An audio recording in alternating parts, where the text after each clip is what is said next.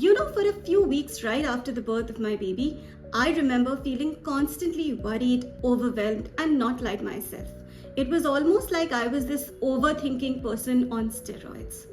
Hi everyone, this is Akshata and welcome back to Mama Avocado Toast, a space where we talk about navigating work, life, motherhood, and everything in between.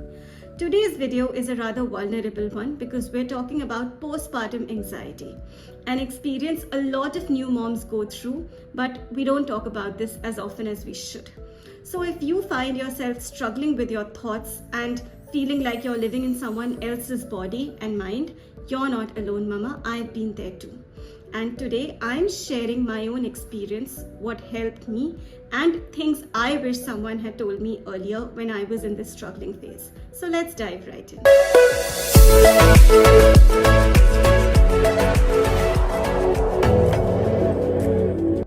Let's be honest, the first few weeks of motherhood can feel particularly daunting. It's an entire new experience, especially if this is your first child. You're sleep deprived, exhausted, maybe hungry all the time. Social media comparisons don't help. There is unwanted advice from literally every corner. There's an invisible pressure of having to be constantly on, whether you're feeding, whether you're tracking feed schedules, or whether you're tracking even poop colors. What I'm trying to say is that during this period, even without doing much, anxiety does come in very naturally. And it's very normal to feel that way. The best thing to do is to not stay in denial and not fight how you're feeling. In fact, you'd be doing yourself a big favor if you just accepted what you're feeling and did something to actively address this. So if I were to talk about my own experience, I think in the beginning, I thought I was just being a super responsible mom. I was keeping note of every time I was feeding the baby. I had pictures of the baby's poop every single time I saw a dirty diaper. I had all the rules written down. I had checklists of everything. I was constantly asking people if I am doing this right or not. And that's when I realized that I was constantly fighting not wanting to be a bad mom. And in this entire process, I had actually made myself really unhappy. And that's when it dawned that I don't have to be a perfect mom. I have to be a happy mom. I have to stop carrying this invisible backpack of worry because it's going to affect me and somewhere it's going to affect my baby also.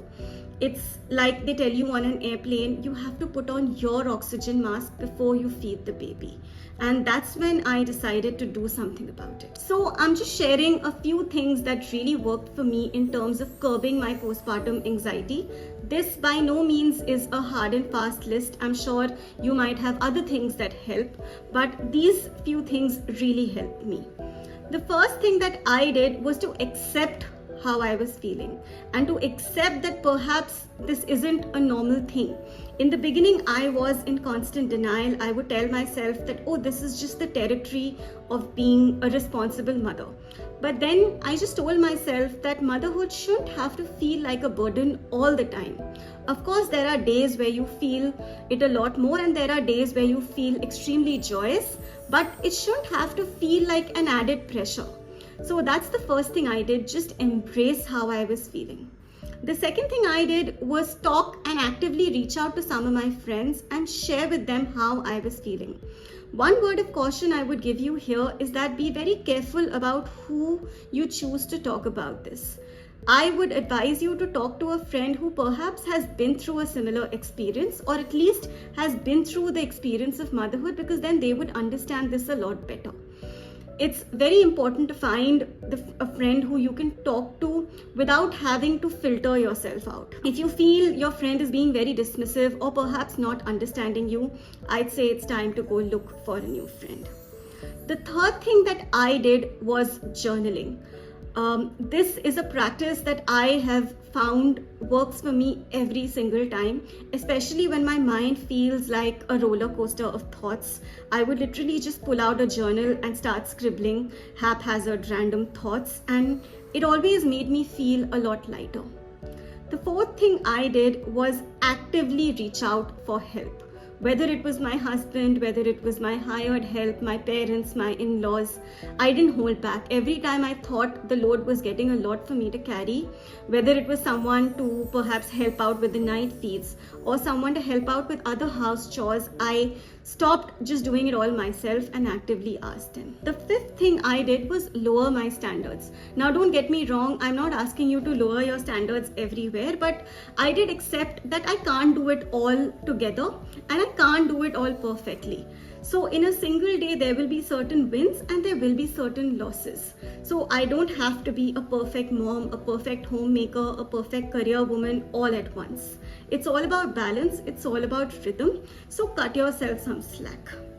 The sixth thing I did is talk to a therapist. Now, this may feel like a stretch and maybe a slightly expensive one, but I promise you this is an absolute investment. One, because a lot of therapists, especially ones who are specialists in dealing with postpartum anxiety and other related issues, have seen multiple cases of women like you. And also because they tend to have a professional angle to helping you navigate this process. They tend to not be judgmental and dismissive, and sometimes that's what you need. So I did a few sessions with a therapist and I thought that really helped. The next thing I did, very important, is to cut out social media noise. I've always believed this, that social media can be a great tool because it helps you connect, it helps you learn. But if it starts feeling like a burden, whether you're seeing influencers or whether you're seeing your friends post pictures from their holidays while you feel you're stuck in this room with a crying baby, it's better to just cut it out or to reduce it. The final thing that I did that really helped me is, even in this period where you constantly feel like you have something to do, actively seek some me time without feeling selfish. In fact, I think me time is required even more during this period because it acts as fuel. If you do something you enjoy, you end up feeling happy, and overall that is beneficial for both you as well as your baby. So if you're a postpartum mama navigating postpartum anxiety and I could sit across the table, I would tell you that you're not weak, you're not alone. It gets better slowly, steadily, and with support, I promise. I hope you found this video useful. If you did, please don't forget to like, share, and subscribe. Do let me know in the comments below what you'd like me to create forthcoming videos on. Till then, keep glowing, keep growing. From the bump to the boardroom, I've got you covered.